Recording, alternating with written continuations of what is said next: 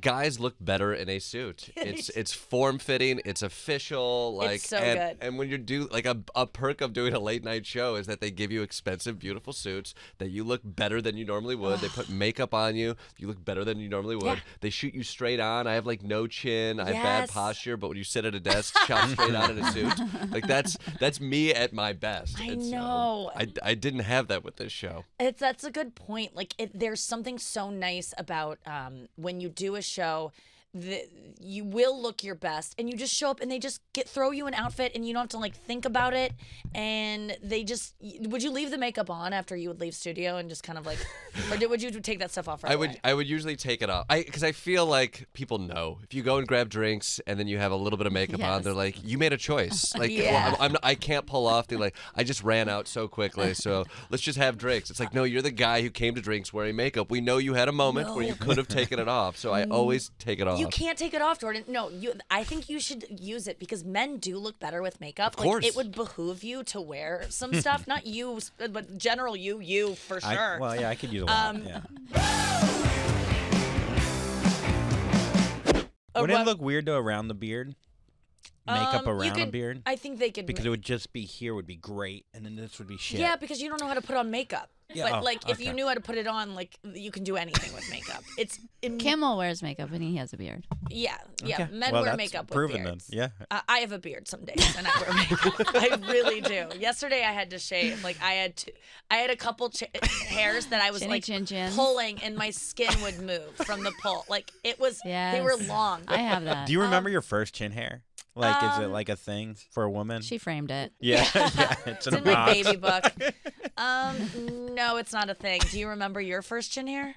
I remember getting a little mustache around and you were 14. very excited. So excited. And Do you remember your first hair that got close to your eye? What? Do I have one? That's it. I'm not saying you have one. What are you saying? That's always the fear. No. You have to draw the line with the shaving of the beard, but then sometimes there's that because you cut it, it's going to come back longer. Is this giant fear? And then like that weird hair that gets closer and closer to your eye, and you're like, oh no, am I going to be a guy with like eye hair? Men are so mysterious. We're to very me. I did mysterious. not know that was a thing. Yeah. Well, it's like our nipple hairs. Yeah, we have 7. Yeah, several. Oh, 17. No, those things sprout overnight like a cactus in Santa Fe. It's terrifying. You know, You're like, like, you know you're where there's like a flower overnight? Yeah. I have a song about that. They really, you go, how did this get there? Yes. Who has seen it? Who's encountered it? Who sucked on it? Yeah, like sometimes I just take a handful and I just grab whatever might be there, and I just grab around my nipple and rip and get them all out. And sometimes there's nothing there, but you just don't know. They grow so fast. Jordan Klepper's here.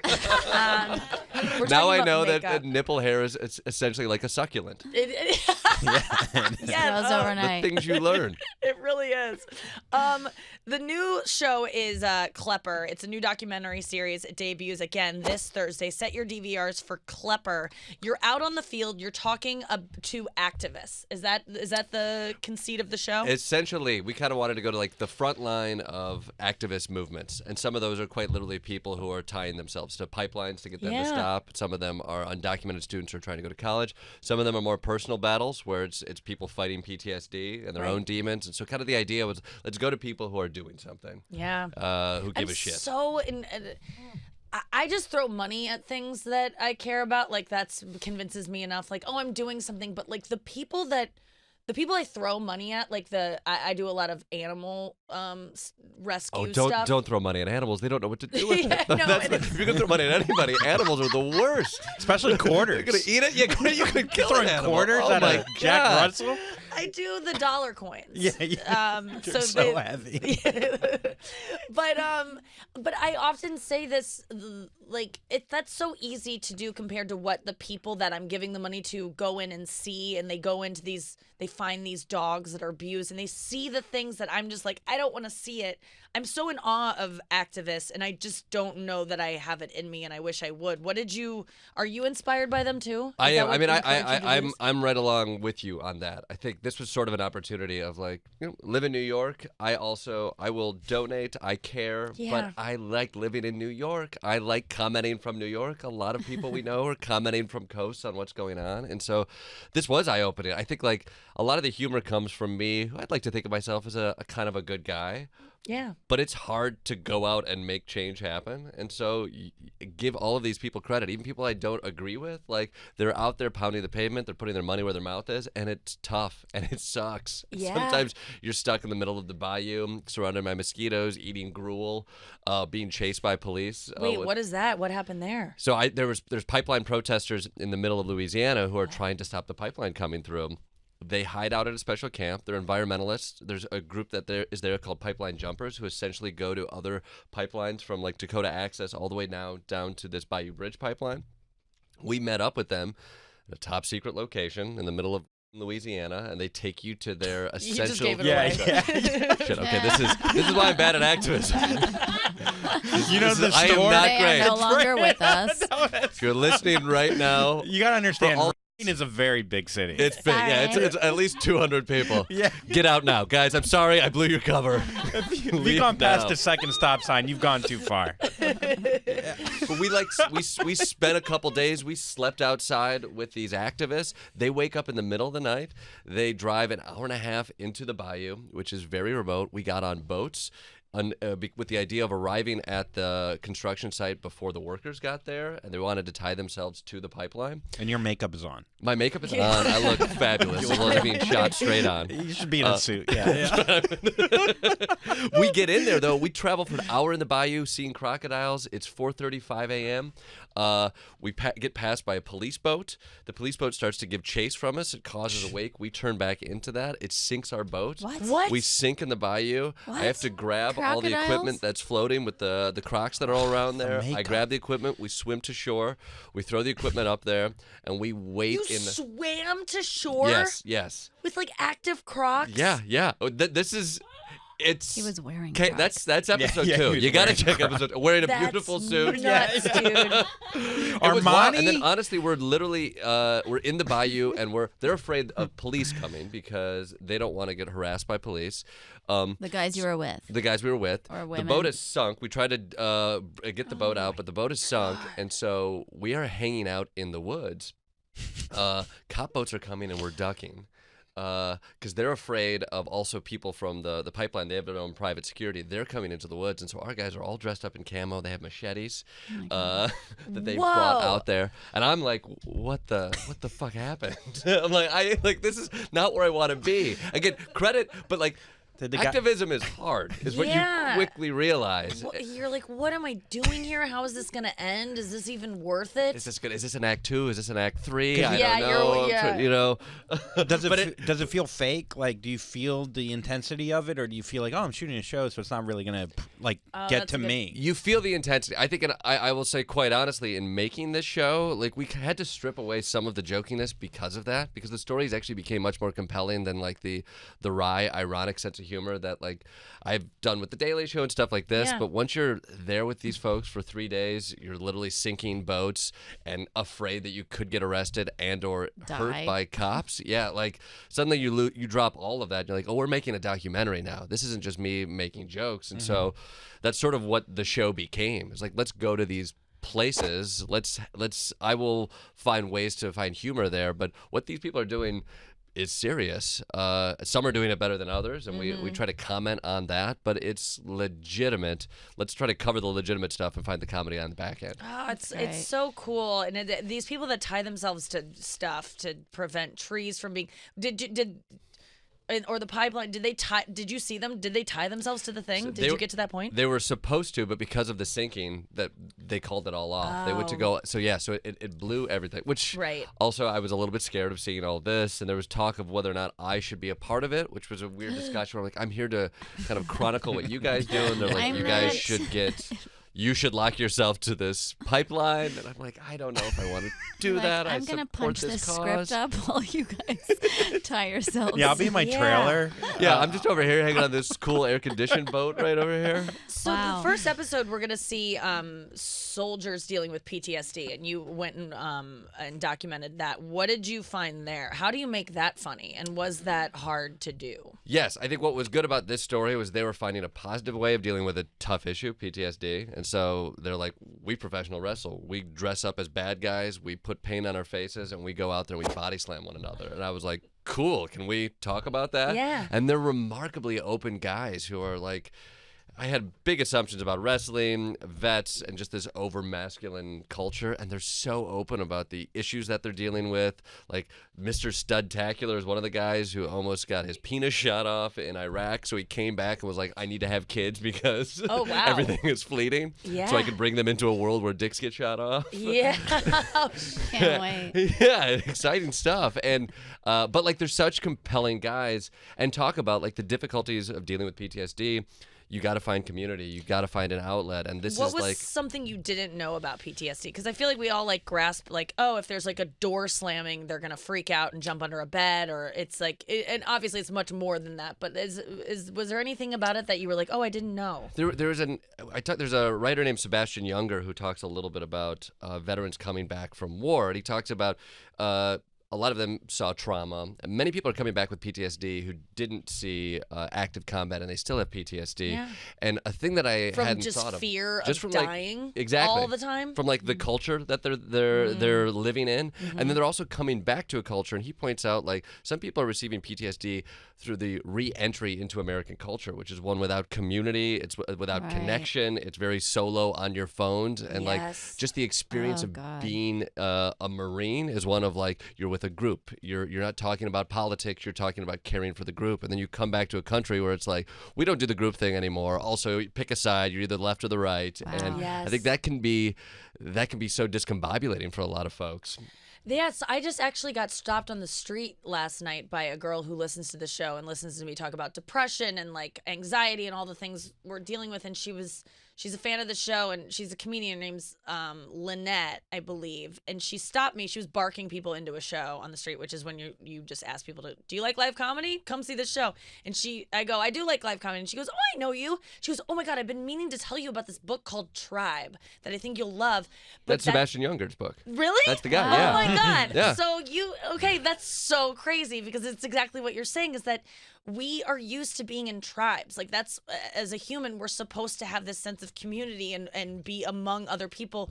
And we're not anymore because we're all on our phones. And so we're depressed. And then when you're depressed, what do you don't want to be around people. So you just get into this trap of isolating yourself, which only makes it worse. So like, do you have anything? I just heard this girl told me about this book. Is there you heard about a book? Yeah, great story, Nikki. Wow. Wow, I heard about a book too. Great. So many books out there, guys. That's what's so great about books. They start conversations. But is there anything else to this that I'm missing out on? But I mean, like, that's essentially it, is that we're really struggling as a nation because we're all in our phones.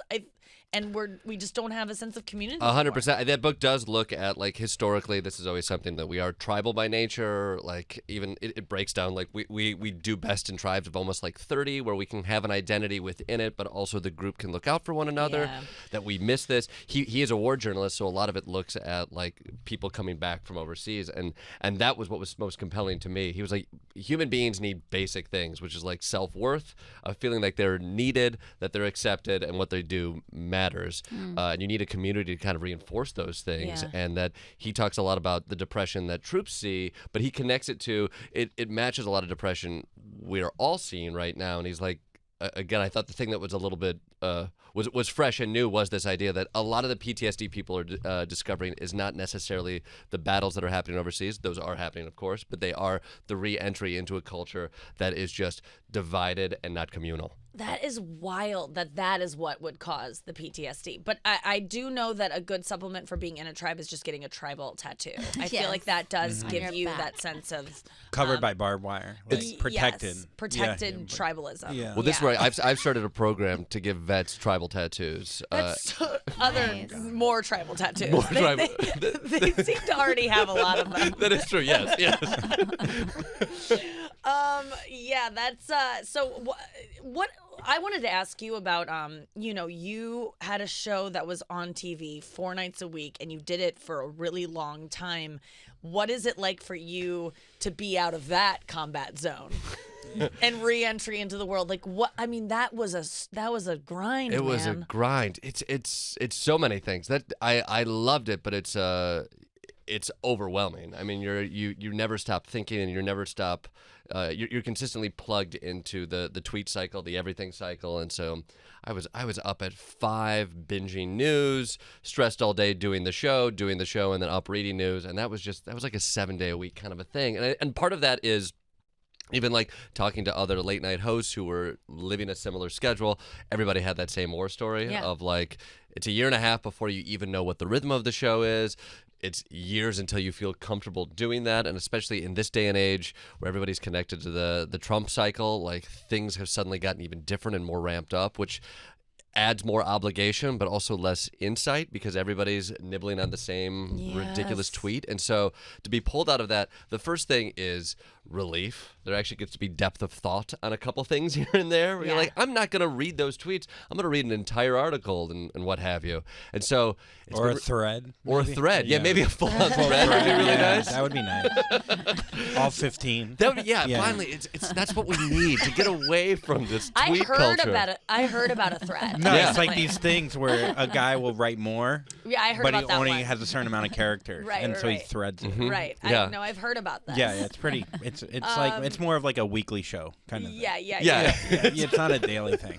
But yeah, and sorry I cut you off for that. No, I've been deep into the thread reading essentially. But yeah, to get out of that, and what was your first week of like not having the show? Like, did you go on vacation? What did you do to celebrate freedom from that grind? I went on vacation. I went to Italy. Yes. Which was amazing. I had the trip already planned, and it was like went to Italy and lived that Italy life. I bought Italy clothes. But you're clearly a workaholic, Jordan. I do like working. Yes. So was there any uncomfortableness not having that grind anymore? Oh, I mean, there's were you always just like, what do I do now? Yes, there's always fear for all of that. And I think like the benefit of a job like that is structure. And what I loved about the Daily Show is like that is a structured day every 10, 15 minutes. And that's so exhausting, but it's so nice. And like you know what you're doing at every what you're doing, and also it builds up to something that's wonderful. Like it's great being out on the road, and it's I think better for my life, and it's so many new experiences. And you mean doing Klepper, doing the new Klepper, show? Yeah. But I even like a month into Klepper, I had like this sadness that was there. It was like I really love doing this, but what am I missing? And you think back of it, it is the suits and the makeup, and it's.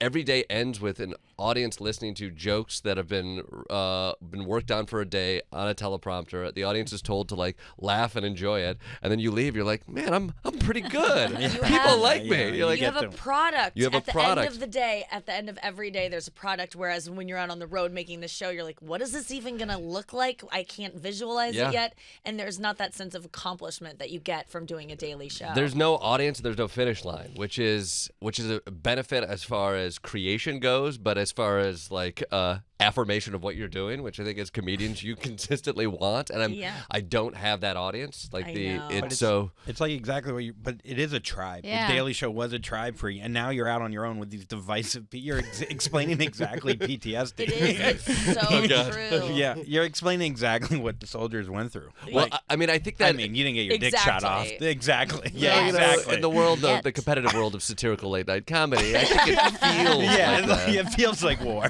Yeah, it's exactly. But I do think that. But what you are explaining though, you do have that sense of group and like that self-worth. That's the best part about a show. And when a show ends, I've had 2 shows canceled. That is the thing that I miss the most is like the team. And like you see the same people every day, and you're in it together, and it is like your troop.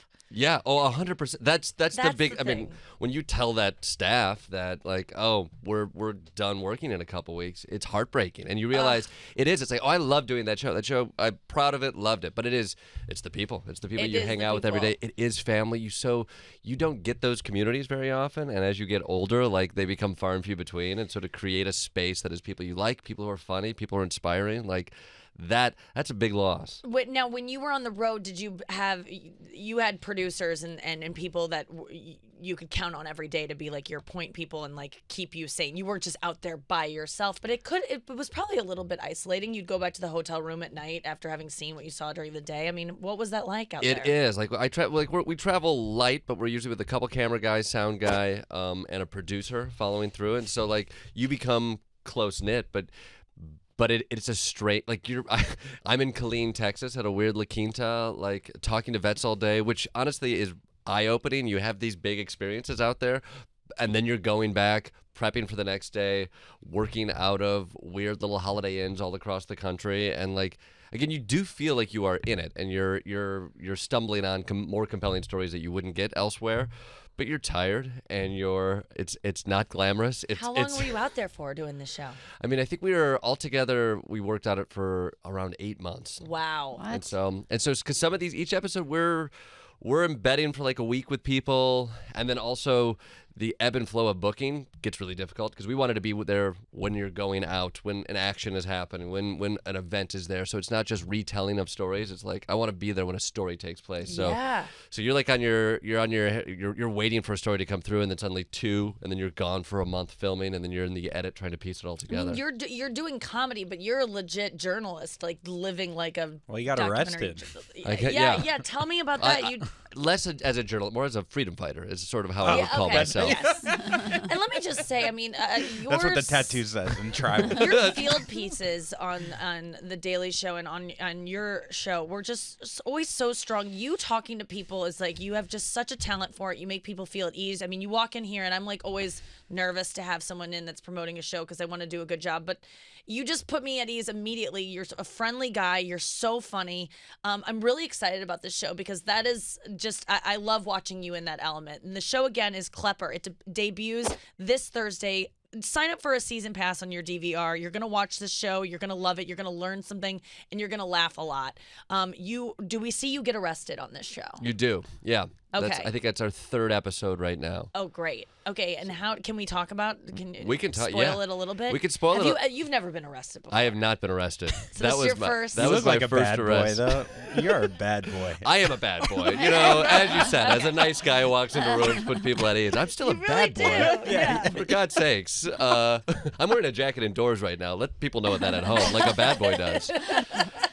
It's a denim jacket. Yeah, too. a dark, like a a- black denim jacket. So bad boy stuff.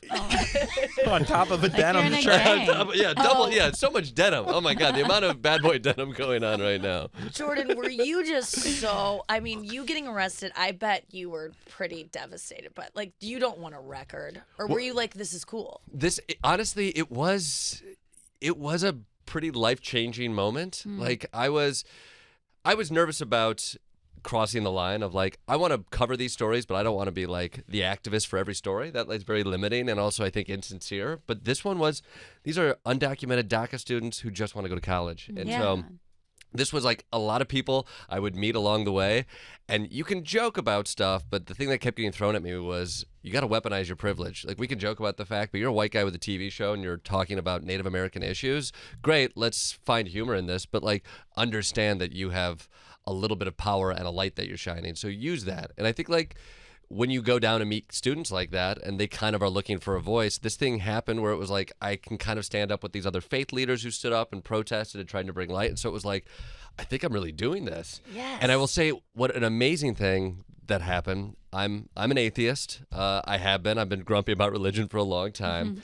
But you go down to Atlanta, I spend time with these students, and the other people who were there to support them were faith leaders. They were pastors around town because they grew up in the civil rights era Atlanta. They know the history there, and they're like, the purpose of the church is to be a community where we can be a tribe and to push forward for rights for people who don't have them, which was a new respect for faith leaders that I hadn't had. Yeah. And then as I'm getting arrested, I spend 12 hours in jail with Pastor Matt, who was my grandmother's pastor 10 years earlier in Kalamazoo, Michigan. What? Who I met 10 years earlier. My grandma was like, let's bring my little atheist grandson in to meet Pastor Matt. He's our new Kalamazoo Congregational Church pastor. He's great. And I'm like, oh, who is this guy? 10 years later, he's bounced around from church to church. He's found this cause and is like, I need to stand up for this. We spend the day in jail talking with Pastor Matt about my grandma. So, oh my God. So any moment in my head that's like, is this the right thing to do? I'm like, yeah. Grandma told me so 10 years ago. That's so cool. Wow. So you have a record now. I do. Yeah. So what was that like getting like handcuffed and booked and all that? Was that traumatizing? It was. I felt.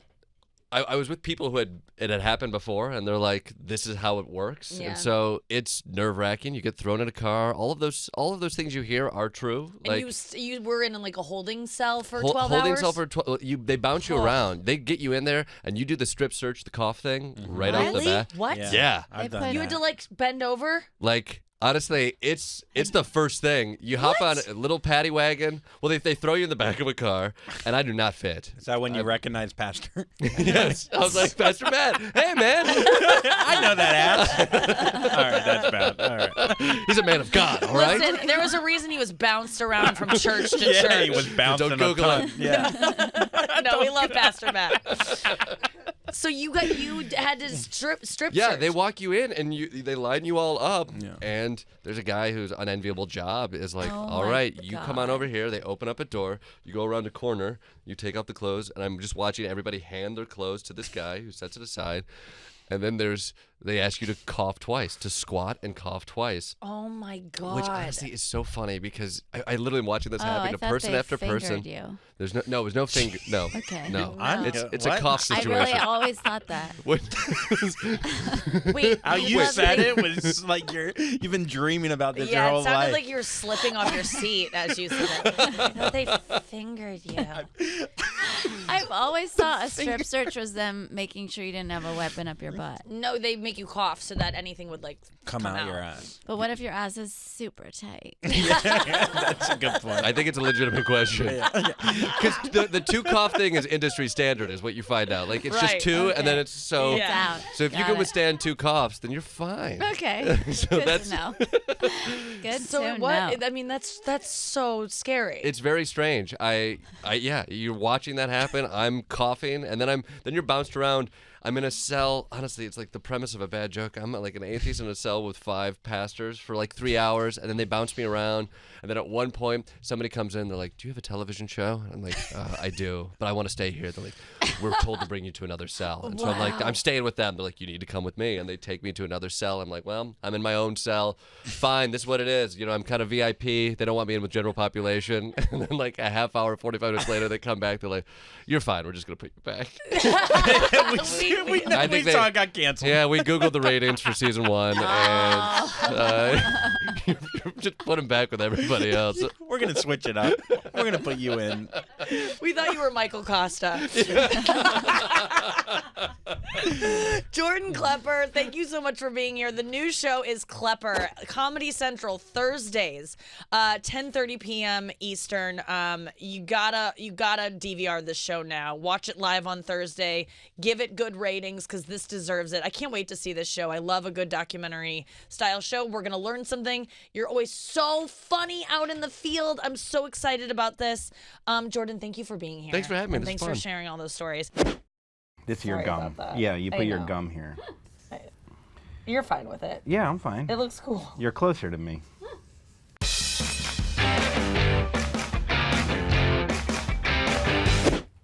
I need stevia. I forgot to put stevia in my coffee, and I'm literally depressed because of it. You're always so nice to me before you drink your coffee. I know. You treat me very bad before you have your coffee. I think that that's not true. I think I treat you bad all the time. That's true. But No. especially before you had your coffee. I- And your forced stevia. And Yeah. your almond milk. It didn't. It's not. I didn't order the right thing, and it's wrong, and now I'm upset. But it's like life is pretty good. No doubt, bro. No doubt, Did bro. you read that on a bumper sticker? Life is pretty good, dude. Just give me a coffee and some tunes. I am one of those people that like before I've had my coffee, I'm not pleasant to be around. Yeah. And I never wanted to be one of those, like, don't talk to me till I've had my caffeine. But I should wear one of those shirts. Yeah. But have it say Andrew. Well, I think that Because it's you that really gets on my nerves before I've had my coffee. Oh, you don't think it has anything to do with the coffee? No. My addiction to caffeine has nothing to do with the fact that I'm irritated before I have the thing that I only wake up thinking about and go to sleep. What is dreaming it about my face that makes you so angry? It's not your face. It's What? your overall, Demeanor? yeah. What is it?